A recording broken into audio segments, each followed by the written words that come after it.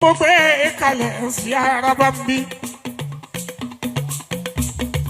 ìròyìn ńlá kan lọ́kàn mi àmì aláṣọ mi jọjọ. ibi ó bọ́ sí lára àmì Araba ń bí. ó dùn mí jọjọ ṣùgbọ́n kí la fẹ́ bọ́ lọ́hùn ọba ṣe.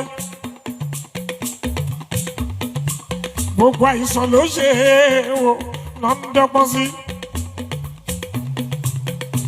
èyí tó bá bá tán lọ́jọ́ lọ ọ̀rọ̀ pọ̀ sí i ló fi ń jọ́ lọ́hùn tó fi ju gbogbo ayé lọ.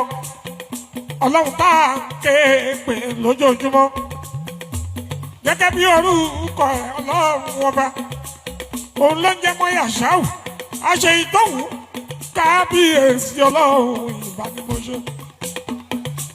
èèyàn tó bá wálé ẹyẹ tó bá lámìlaka kéwẹ́ ní ọtí mẹ́tọ́mọ́ aráyé parí tó fi ń pọ̀ kìkì onítọ̀hún láti kékeré ó yẹ ká máa dúpẹ́ ọpẹ́ ló yọ lọ́hùn wá sí ọmọdé. ó gbà mí ọ̀rọ̀ yìí ibi ọdún mi dé wá sí mi ọmọ nífò ó ṣe ṣùgbọ́n ọpẹ́ ọlọ́run làwọn fi dùn. ògògó òkú lọ́dọ̀ àìbí òkú lọ́yọ̀ lẹ́jọ́ òkú lóko dáàpọ̀ ògògó òṣùṣù tó sùn wọ́n ṣe bí kúkú lókú kú lọ́dọ̀ ọmọ tó kú tó ń jẹun lọ́mọ ata ìṣòro òkú tọ́rù wọ́jà tí ó kà níjọ́sí òun lọ́mọ rẹ̀ dáṣọ fún tọ́pẹ̀lẹ̀ eégún súnrẹ bó bá ti dọ́rùn èjì rẹ̀ ọmọ mi kí lókòkò. ó lọ àwọn orí ẹ̀ mọ́ ó lọ àwọn orí ẹ̀ mọ́.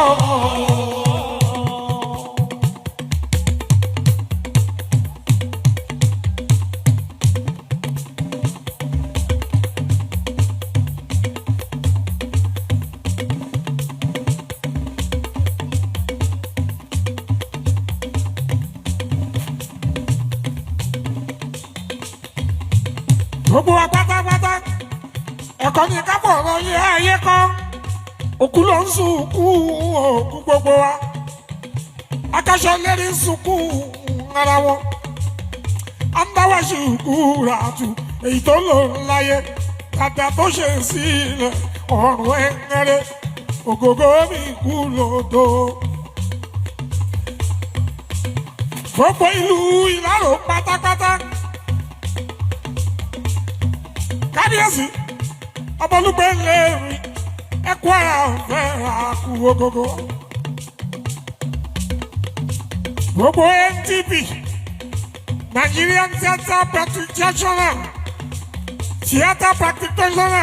gbogbo yẹn ẹkú ara ọ̀fẹ́ àkú ogogo mi. Nigerian Entertainment World ẹkú ara ọ̀fẹ́ àkú ogogo. Ikú lọ́dọ̀ mi, ikú lọ́dọ̀ mi,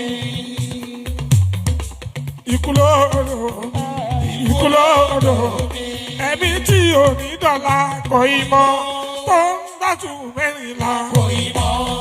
Ẹ̀mí tí ò ní dọ̀la kò ì mọ̀ tó ń dóṣù mẹ́rìnlá kò ì mọ̀. Ìláyé Olúwa mi fún wa nígbà tó dùn káwé owó náà fi wá lọ́kàn balẹ̀. Ẹ̀mí tí ò ní dọ̀la tó lóṣù mẹ́rìnlá ìlàyé Olúwa mi fún wa nígbà tó